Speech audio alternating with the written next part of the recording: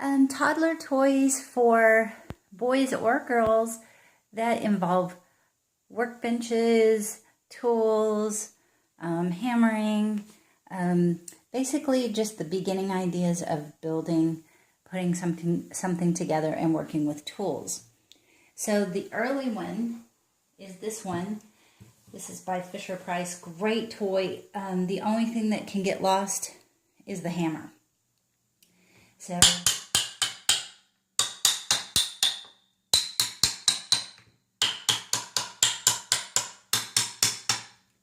this toy, you can actually teach colors. It has the bases yellow, red, and blue, secondary colors, orange, green, and purple. So you could teach colors with this. And as you whack that color, blue, red, and so on. And then all you do is turn the toy over to repeat the process. So it's never ending, hours and hours of fun. And an overall great product that will last you multiple children, easy to store, lightweight, nothing to choke on, really easy to clean. So I highly suggest this as a beginning tool for using hammer and teaching shapes, square, circle, triangle, cross, that kind of thing. And then you can move on to other things such as this. This is an all plastic set.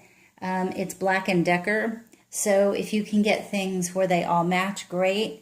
If you go to garage sales and thrift stores and put something together, it doesn't matter. Basically, children can get over the whole matching thing.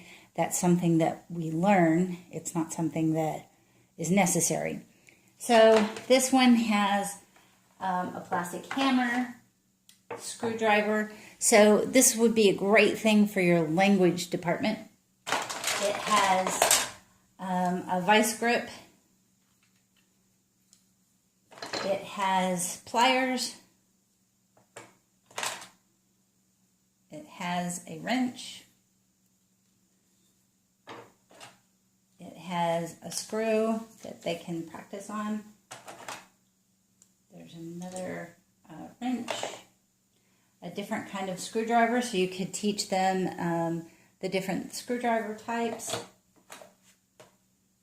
A saw. A different kind of saw. It has what's called a square. And then this one has yet another screwdriver I threw in here that doesn't match, but I had it and I threw it in there. You could put this with your language baskets for a screwdriver, so for an S sound.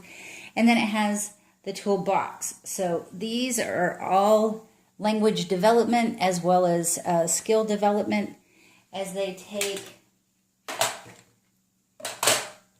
the screwdrivers and see how they function and work. They're learning motor skills, fine and large motor skills. Both of them fit. And I don't have anything within this for a hammer, but you could put something in there that they could hammer on. And then 2 pieces of wood, which the vice grip could hold together to show them how that works. So you can add to this. You can keep it like that, and you can put it in your language development. You can move it around to more of a sensorial development. You could put all of these objects into a bag, or a pillowcase, and they can identify them by touch. That's a sensorial experience. They would feel in the bag, and you would say, hand me the Phillips screwdriver, or hand me the hammer, and they would feel around and try to discover by touch which tool is the one that they need to pull out of the bag.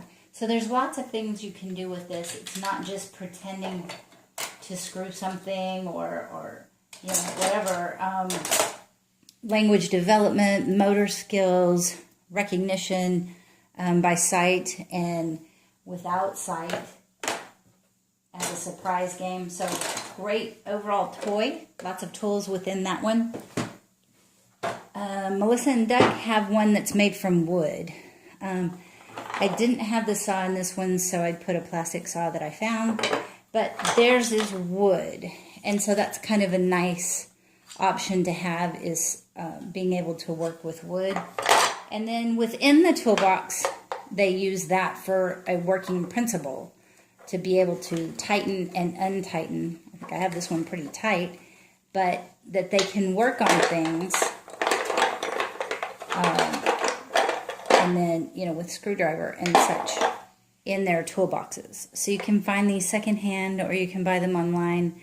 But they're very durable. They make good products. And they also have different color schemes. So again, going back to the principle of the primary and secondary colors, this is more appealing because it has a true blue. This is a little bit more kind of a pastel color. So I would take and leave that one and choose this one.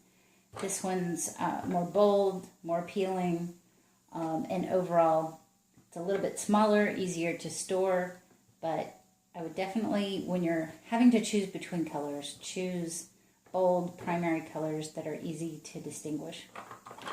And this has the wood mallet and more things. You can mix and match them. Okay, so that's wood and plastic.